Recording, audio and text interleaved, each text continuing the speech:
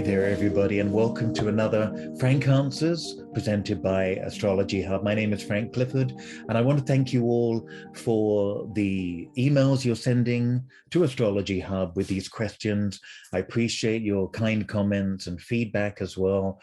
And I hope that I'm not only answering some of your questions as I go along, doing one or two a week, but also you're getting an insight into how I might approach things, how I might phrase things if I do that job well enough, and also looking at some charts and being curious in how you might answer these questions too. I must say that there are certain questions that get sent in that don't have enough information about them, like tell me what my future is going to be, that sort of thing. And it's unlikely that I'll answer questions like that, because without context, without knowing what it is that you, where you're at, what you need from your life, I don't want to make too many presumptions. Now, we do work from a map, a birth chart map, where we've seen all sorts of connections over the years, and we astrologers have seen lots of ways that these planets have acted out in people's lives. But the process that I like to consider when I'm doing research is to research biographies or ask people questions or be in dialogue with clients about their charts, rather than make too many assumptions about who they are, what they're doing with their chart. So there are some questions that come through that are a bit too open-ended and need more of a dialogue. So when we do more Q&As later with my work with Astrology Hub, or you see me on a Q&A somewhere else, pop in, ask some questions, and we'll get the dialogue happening there. I'm just reluctant to answer deeply personal questions or questions that don't have enough information attached to them. And I would rather say nothing than do harm by saying more than I should, or more than that is appropriate at the time. So that may be the reason why I steer clear of certain questions in this format. But of course, Q&As and other situations where we can talk face to face, or at least on Zoom with the sound, is often a way to get more information, to find out what it is you're really needing.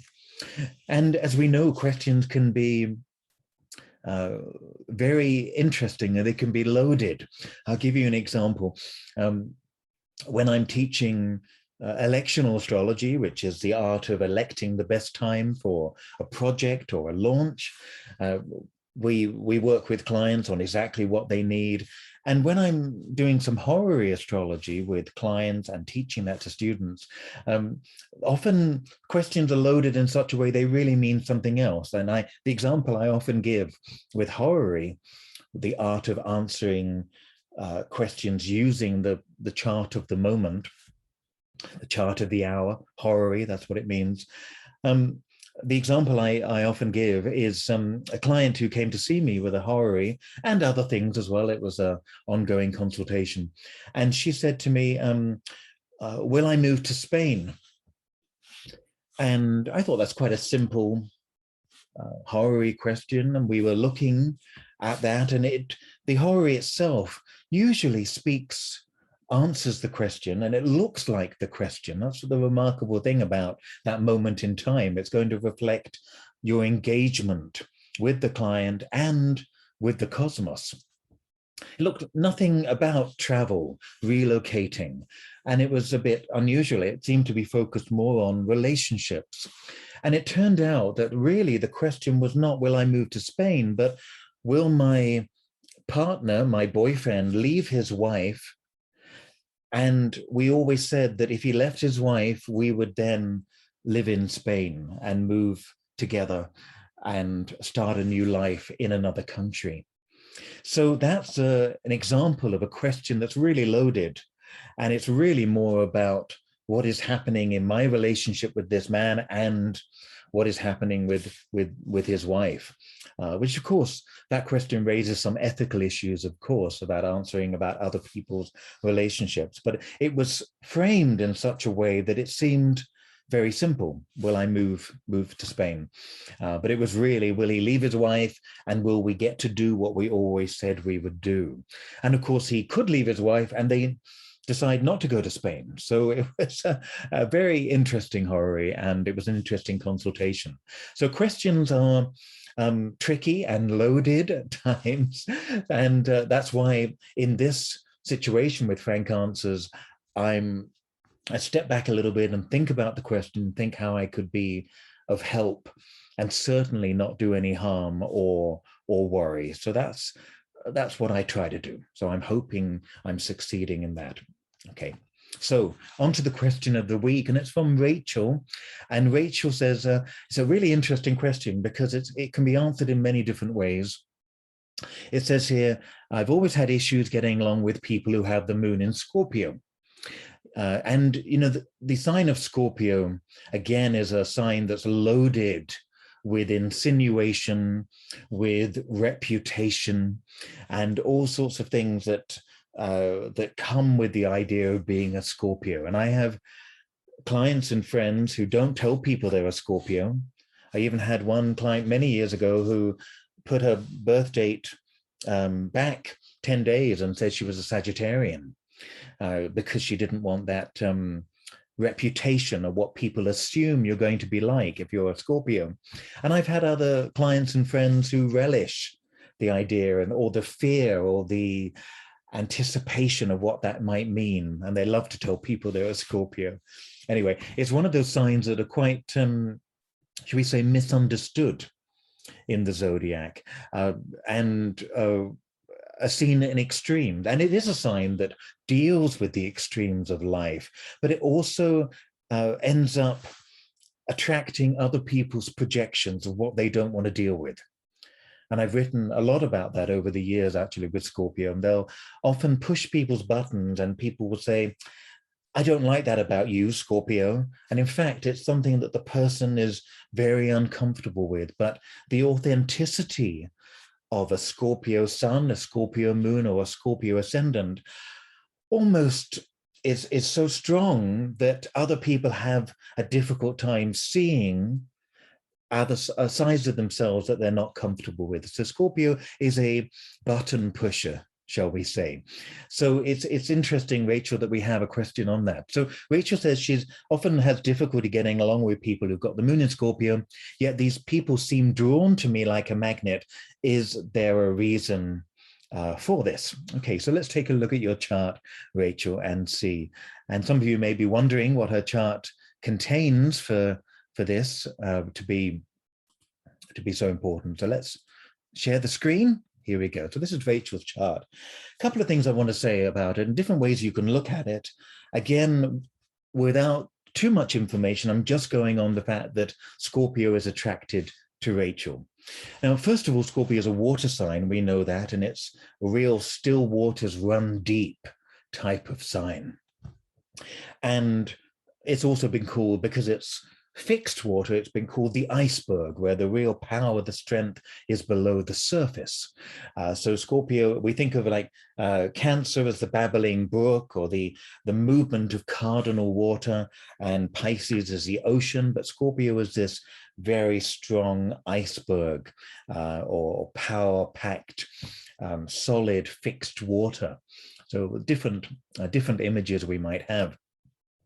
The other image, of course, of Scorpio, instead of the scorpion, is the eagle or the phoenix, where the Scorpio rises above the basic walking on the land nature and is a more spiritual creature as well. And I've met a lot of Scorpios that are pursuing that aspect of their natures. And I meet more of those than I do of the typical Scorpio blurb you get in books about being sex mad or vindictive, or all of those labels that it seems to attract.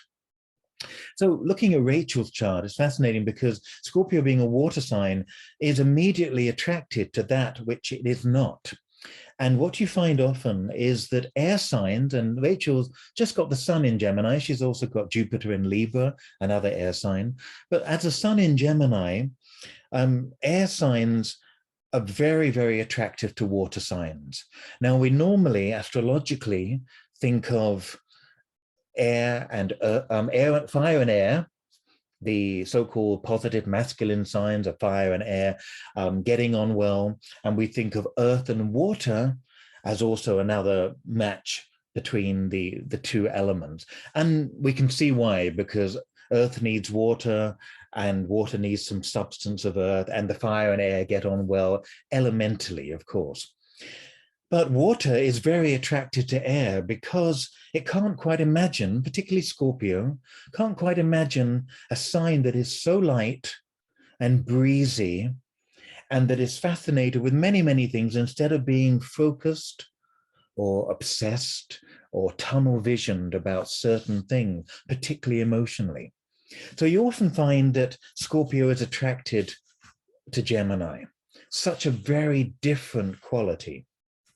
Scorpio is attracted to air generally because of that. And air is fascinated how Scorpio can be so deep, so intense, so focused, so attached to the emotional issue, when air prides itself generally on being quite objective. And able to distance itself, or at least to view things with some objectivity. That's the first thing. The second thing is that signs, when you look at your sun, moon, and ascendant, the big three, as we often call them, and I think in spite of some people rejecting that idea of the big three, they're still the best way to get into the chart. The sun, moon, and the ascendant, to look at them, see what they have in common, see how they differ. But your big three will often draw into your life the signs that are 5 signs away, what we call quincunx. Now, the quincunx is an aspect that's 150 degrees, and we give that quite a small orb. But when I say quincunx, I really just mean generally 5 signs away. And as you can see, Gemini here, where the sun is in Gemini in Rachel's chart, is 1, 2, 3, 4, 5 signs away from Scorpio and 5 signs away from Capricorn. So you often find that people with the sun, moon, or ascendant in Gemini bring a lot of Scorpio and Capricorn people into their lives, people who have got the sun, moon, or ascendant in those. And some of you may have your sun, moon, and ascendant in signs that are 5 signs apart as well, and you're part of that living and breathing part of that quincunx dynamic. But there's something so fascinating with the signs next door to each other and the signs 5 signs away.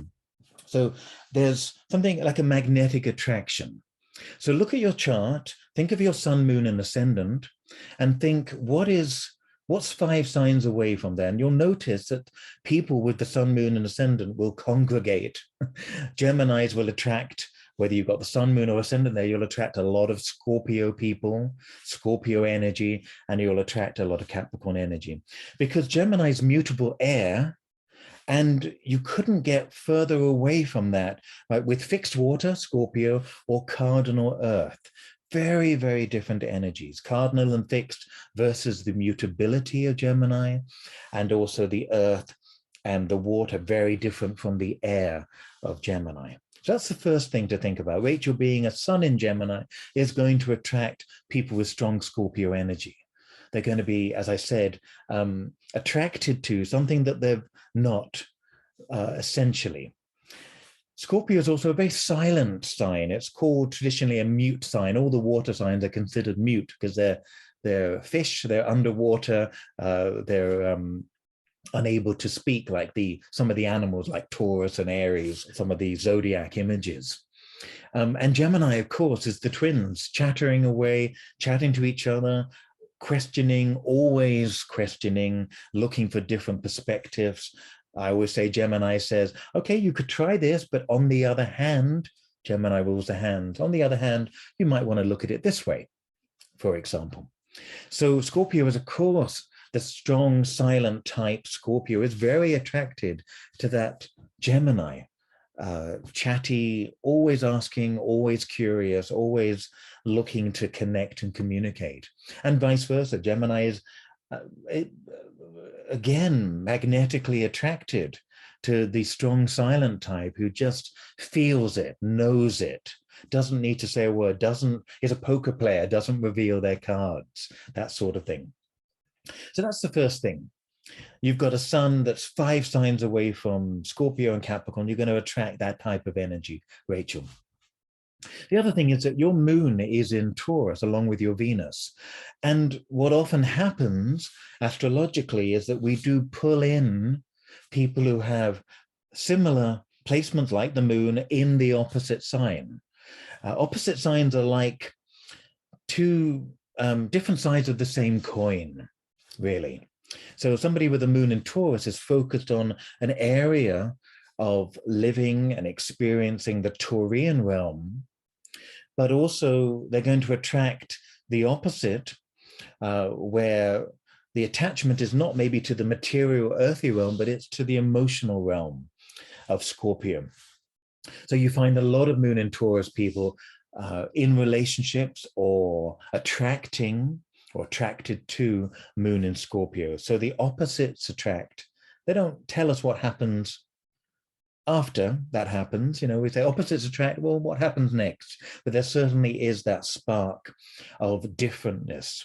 And a moon in Scorpio person is going to show you a depth that's way beyond the moon in Taurus's imagination at times. And the moon in Taurus will give a grounding and a stability to a crisis-driven moon in Scorpio at times as well. Because Taurus is about how to learn to just be, to relax, to enjoy life, to enjoy nature.